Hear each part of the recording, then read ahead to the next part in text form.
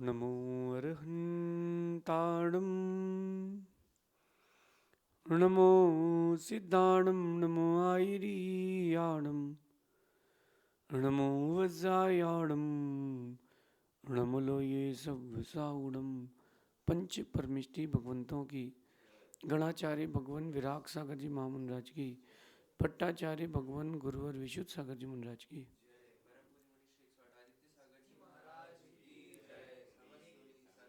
या हम सभी अपने जीवन में सुख और गुणों की अभिवृद्धि के लिए नीति के विषयों का अध्ययन कर रहे हैं।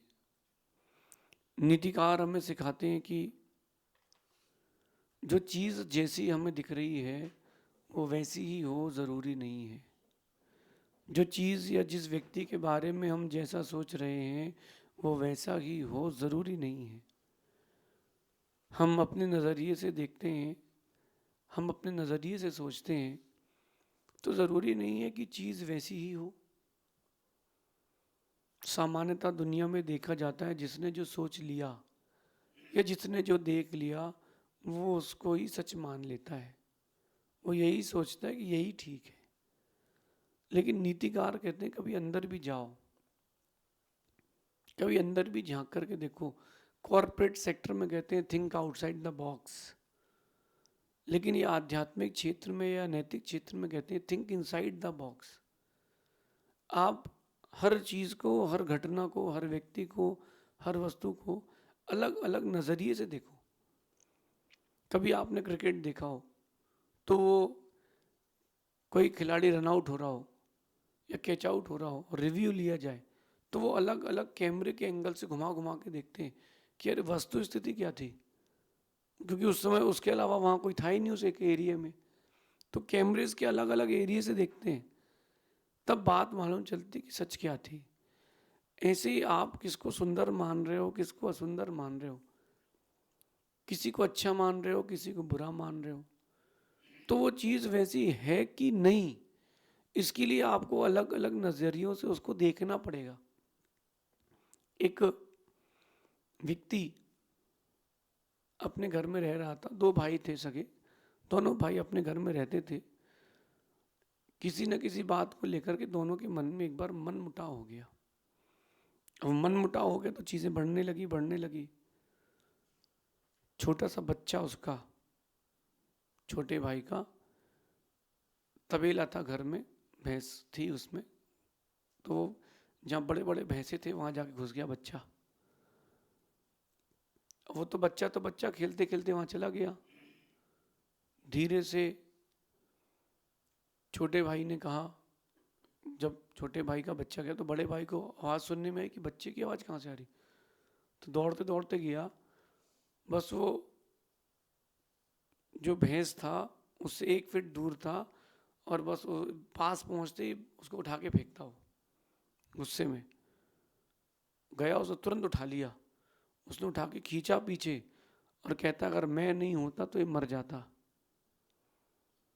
इस बीच में छोटा भाई आया और उसने सिर्फ इतना सुन लिया कि ये मर जाता, मैं नहीं होता तो, इतना नहीं सुना उसने, ये मर जाता। और छोटे भाई ने कहा तू मेरे भाई बेटे को मारने आया था, तू वो तो मैं देख लिया, तू तो भैंस के ऊपर फेंक ही रहा था उसको। गलत कौन था? गलत नजरिया था। दृश्य तो बड़ा सुंदर था, गलत क्या था? गलत आपका नजरिया था। मैं आप लोगों को एक बात बताता हूँ, आप लोग देखना कि आपका नजरिया कैसा है। वक्त लगता है नजरिया सुधारने में, नज़ारे तो सब अच्छे हैं। एक चिड़िया उड़ते उड़ते गई और एक पेड़ से उसने कहा कि अब बरसात का मौसम आने वाला है, मैं घोंसला बनाना चाहती हूँ, क्या तुम्हारी कोठरे में बना लूँ? पेड़ के बीच में गड्ढा था, कोठरा कहते हैं जिसको। उस पेड़ ने कहा कि आगे जाओ। बोले नहीं, तेरा, तू नदी के पास में रहता है, कभी भी पानी लगता है तो हमको इजी रहेगा, नहीं नहीं आगे जाओ। दूसरे पेड़ के पास गई जो नदी से थोड़ा दूर था। उसने उसको बताया चिड़िया ने कि ऐसा कर रही है उस पेड़ ने, मुझे अंडा भी देना है, मेरे बच्चे भी होंगे, और रक्षा भी करना है जानवरों से। पेड़ ने कहा बना लो। उसने वहाँ पर उस पेड़ में अपना घोंसला बना लिया। 1 महीने बाद बहुत तेज आंधी तूफान आया, पानी गिरा, जिस पेड़ ने मना किया था वो गिर गया। वो गिर गया। जितने आसपास के उसके जाति के पेड़ थे सब ने कहा देखा उस चिड़िया को रहने नहीं दिया ना, तो गिर गया। चिड़िया ने भी जाके उसको ताना मारा कि देख और मत दे मुझे रुकने, गिर गया ना तू। पेड़ धीरे से कहता है कि मैंने इसीलिए मना किया था क्योंकि मेरी मेरी जड़ें कमजोर थी, मेरी जड़ें कमजोर थी। और वो तो अपनी आयु पूरी करके नदी में बह गया पेड़। इस कहानी से आप लोगों ने क्या सीखा? आपने भी तो सबसे पहले यही सोचा कि देखो चिड़िया को रहने नहीं दिया तो उसको भी रहने नहीं मिला। लेकिन हकीकत क्या थी कि उस पेड़ को पता था कि मेरी जड़ें कमजोर है, अब मैं गिर जाऊंगा, अब मैं ढह जाऊंगा, अब मैं ढह जाऊंगा, कहीं मेरे के निमित्त से इसके परिवार का और हानि ना हो जाए। ये नजरिया है। किसी भी कहानी को सुने, किसी की व्यक्ति के बारे में सुने, थोड़ा देख के सोच समझ के निर्णय ले। मैं तो अपने बारे में हमेशा एक ही बात कहता हूँ कि मुझे सुनना और मेरे बारे में सुनना दोनों में बहुत अंतर है। आपने भी अगर हमारे बारे में सुना हो तो ज़रूरी नहीं है कि पूरा सुना हो, कभी हमको भी सुनना। ऐसे ही मैं आप लोगों के लिए भी कहता हूँ, ऐसे ही आप दूसरों से भी कहना। क्योंकि रूमर फैलने में, असुंदर को सुंदर और सुंदर को असुंदर दिखाने में कोई वक्त नहीं लगता। इंडिया में पहले लाल दंत मंजन चलता था, नस वाला मंजन चलता था, कोयले का मंजन चलता था। तो जब कोलगेट कंपनी इंडिया आई तो उसने बोला कि देखो कोयले के मंजन से दांत काले हो जाएंगे, कोयले से मंजन मत करो, काले से कभी दांत सफेद कैसे हो सकते हैं। ऐसा करके उसने वो कोयले वाला मंजन बंद करवाया। लाल करोगे तो लाल हो जाएंगे दांत, तो लाल दंत मंजन बंद कराया और कोलगेट चालू किया। White powder, white paste. उसके बाद फिर उसी कंपनी ने different different blue red colour निकाले। अब वही कंपनी अब कोयले की फ्लेवर का टूथपेस्ट भी बेच रही है और लोग खुशी खुशी कर रहे हैं। सुनने वाले ने जो एक बार सुन लिया, सच मान लिया, गलत है। खासकर इंडिया में बहुत बड़ी प्रॉब्लम है। अगर किसी चीज का रूमर फैल जाए तो व्यक्ति उसको सच मान लेता है। अपन चीज को समझें। हर सुंदर दिखने वाली चीज सुंदर हो जरूरी नहीं, और असुंदर दिखने वाली हर सुंदर चीज असुंदर हो जरूरी नहीं। कई बार नज़ारे सही रहते हैं, आपका नज़रिया भी तो खराब रहता है। आपके किसी दोस्त ने आपसे पैसा लिया था और आपको वापस किया। उसने कहा एक बार देख लेना, गिन लेना यार। तो उसने गड्डी ली थी, गड्डी वापस कर दी। अब आपने गिनी नहीं यार, दोस्त तो ही है, आपने वो गड्डी आगे ट्रांसफर कर दी। एक नोट कम था, एक नोट कम था। अगर आपने दोस्त को फोन किया, नोट कम था यार, तो दोस्त का कर्तव्य बनता है कि यार देख लेते, कोई बात नहीं, दे भेज देते हैं। 500 रुपये के पीछे, 100 रुपये के पीछे क्या दोस्ती तोड़ना। और अगली बार भी ऐसा हो गया तो एक नोट कम निकला, ये मत सोचना कि दोस्त ऐसा करता है। अरे जो तेरे पूरे पैसे वापस कर रहे हो, एक नोट क्यों लेगा? हो सकता है कि उसके बाई मिस्टेक हो गई हो। इसलिए किसी भी चीज का निर्णय, किसी भी व्यक्ति का निर्णय फ्रिक्वेंटली नहीं ले। उसको हर नजरिए से देखना सीखे कि ऐसा हुआ क्यों। एक बार उस व्यक्ति के स्थान पर बैठकर जरूर देखें जिसके बारे में आप सोच रहे हैं। एक बार वहां बैठ करके भी तो देखें। अब अपन अभी ऑन द वे बिहार में है। बहुत सारे लोग आ रहे हैं, बहुत सारे लोग नहीं आ रहे हैं, बहुत सारे लोग आते आते रह जा रहे हैं। बात क्या है? बात क्या है? किसी की पर्सनल प्रॉब्लम भी हो सकती है, किसी की फिजिकल प्रॉब्लम भी हो सकती है, किसी के बिजनेस रिलेटेड प्रॉब्लम भी हो सकती है। अरे यार देख लिया नगर में तो बहुत सेवा की, देखा कौन आ रहा है, ऐसा नहीं कह सकते आप। हो सकता है कि वो कहीं बहुत जगह बहुत मजबूरी में फंसा हो सकता है कि साल भर ना आए, लेकिन नहीं आया इसका ये मतलब नहीं है कि वो आपके पास नहीं है। नज़रिए को अपने को वास्ट करें, इसी को कहते हैं डेवलपमेंट ऑफ एटीट्यूड। अपने एटीट्यूड नज़रिए को डेवलप करें। हर किसी के बारे में वही ना सोचें जो आपका दिमाग कह रहा है, कभी उसकी उस परिस्थिति में जाके भी देखें कि ऐसा क्यों किया गया है। इसलिए नीतिकार कह रहे हैं कि हर सुंदर दिखने वाली चीज़ सुंदर ही हो ये ज़रूरी नहीं है, हर असुंदर दिखने वाली चीज़ असुंदर ही हो ये भी ज़रूरी नहीं है, ये भी ज़रूरी नहीं है। कई बार नज़ारे सही रहते हैं, हमारा नज़रिया खराब रहता है। आज एक फेस है इंडिया में, वर्ल्ड में, एक एक सी उम्र के लड़के लड़की गाड़ी में जा रहे हो कहीं, तो हर कोई यही सोचेगा कि सेटिंग है, जबकि हो सकता है वो उसका सगा भाई हो सकता है उनकी सगाई हो गई हो। सम्मेद शेखर जी की पर्वत पर अगर कोई सगे भाई बहन, 20 साल की उम्र का भाई और 18 साल की उसकी बहन, पूरी तीर्थ वंदना करने के बाद थोड़ा मस्ती मजाक करते हुए नीचे उतर रहे थे, फोटो खिंचवा रहे थे गले में हाथ डाल के, आप क्या सोचोगे कि यार पहाड़ के ऊपर कैसा कर रहे हैं लोग। ये तुम्हारा नजरिया है, नजरिया सुधारें। नज़ारे आज भी वही हैं, आपका नजरिया बिगड़ चुका, आपका एटीट्यूड खराब हो चुका है, दृष्टिकोण बिगड़ चुका है। उस बिगड़े हुए दृष्टिकोण को आप, जो आपने सोच लिया उसको ही सही मानते हो, ये चीज़ें अपने अंदर से बंद कर दें। जो दिख रहा है, जो सुनाई दे रहा है, चाहे व्यक्ति हो चाहे वस्तु हो, एक बार उसकी जगह रह करके भी देखें कि उसको ये क्यों करना पड़ा। ज़रूरी नहीं है कि वो गलत ही हो, ज़रूरी नहीं कि वो सही ही हो। मैं आपसे एक बात कहता हूँ, बताओ सुंदर दिखने वाला मोर सांप खाता होगा, कौन मानेगा।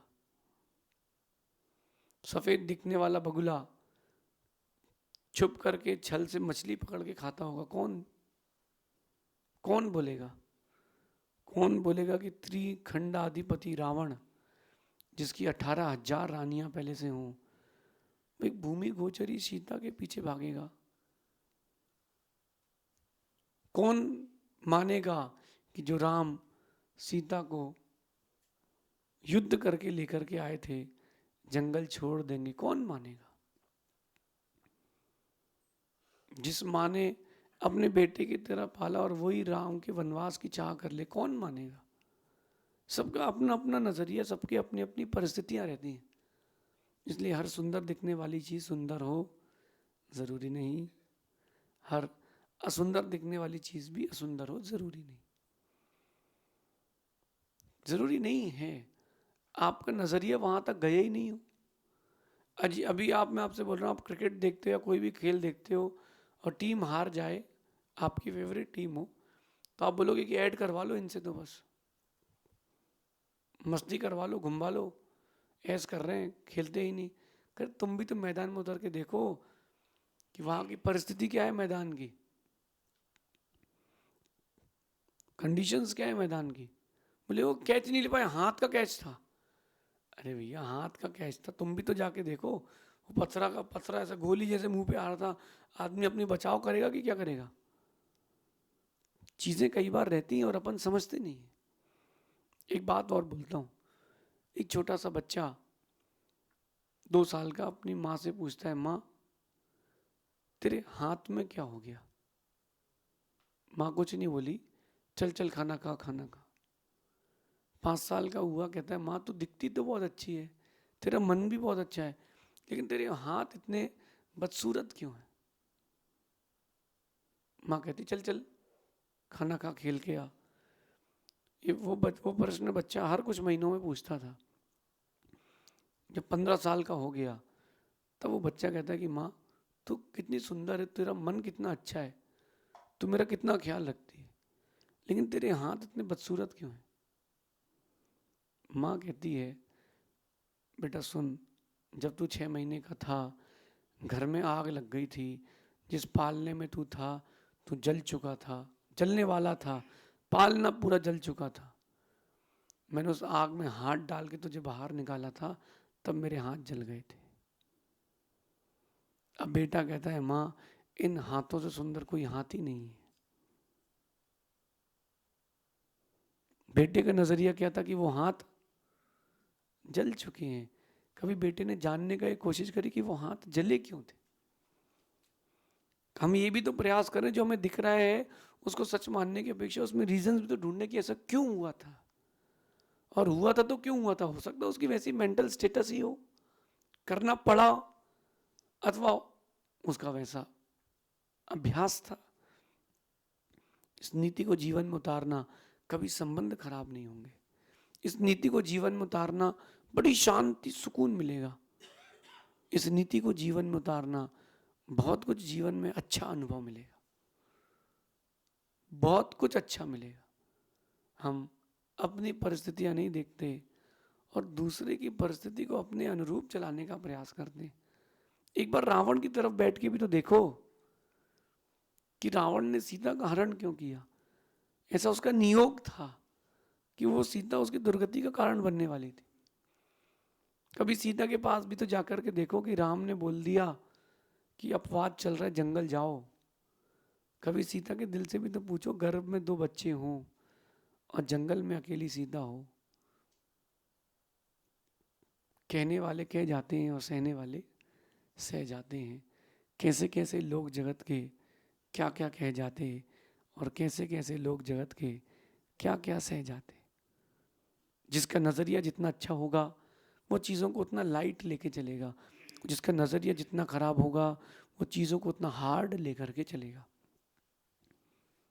अपना नज़रिया सुधारें, जो जैसा दिख रहा है उसके अंदर जाकर भी देखें, कभी पास जाकर के भी देखें कि क्या है, क्यों है ये चीज़, हुई क्यों, किसने की, ये मत देखो, ये चीज़ हुई क्यों, उसके पीछे का कारण ढूंढो। आप रीजंस नहीं ढूंढते हो, आप रीजंस नहीं ढूंढते हो, और रीजंस नहीं ढूंढते हो आप उस चीज़ को सच मान लेते हो। चाहे वो पेड़ की बात हो, या उस माँ के जले हुए हाथ हों, या छोटा बड़ा भाई जो अपने छोटे भाई के बेटे को बचाने गया हो। नज़रिया जैसा आपका था, नज़ारे आपको वैसे ही दिखे, जैसा मन हो। बाजार में ढोल बजती तो वैसी सुनाई देती है। आपका मन अगर अच्छा है तो वो ढोल आपको सही सुनाई देती है, मन खराब है तो ढोल भी उल्टा सुनाई देता है। इस नीति को जीवन में उतारना बड़े व्यक्तित्व के लिए बड़ा चिंतन बहुत आवश्यक है। बड़े व्यक्तित्व के लिए बड़ा चिंतन बहुत आवश्यक है। अगर आपने बड़ा चिंतन कर लिया, ये बात अंदर ले गए, मेरा मानना है कि आने वाले कई साल आपके जीवन के लिए कुछ नए दृश्य लेकर के आएंगे। पारस्परिक प्रीति भी बढ़ेगी, मानसिक शांति बढ़ेगी। शेष आगे देखेंगे। भगवान महावीर स्वामी की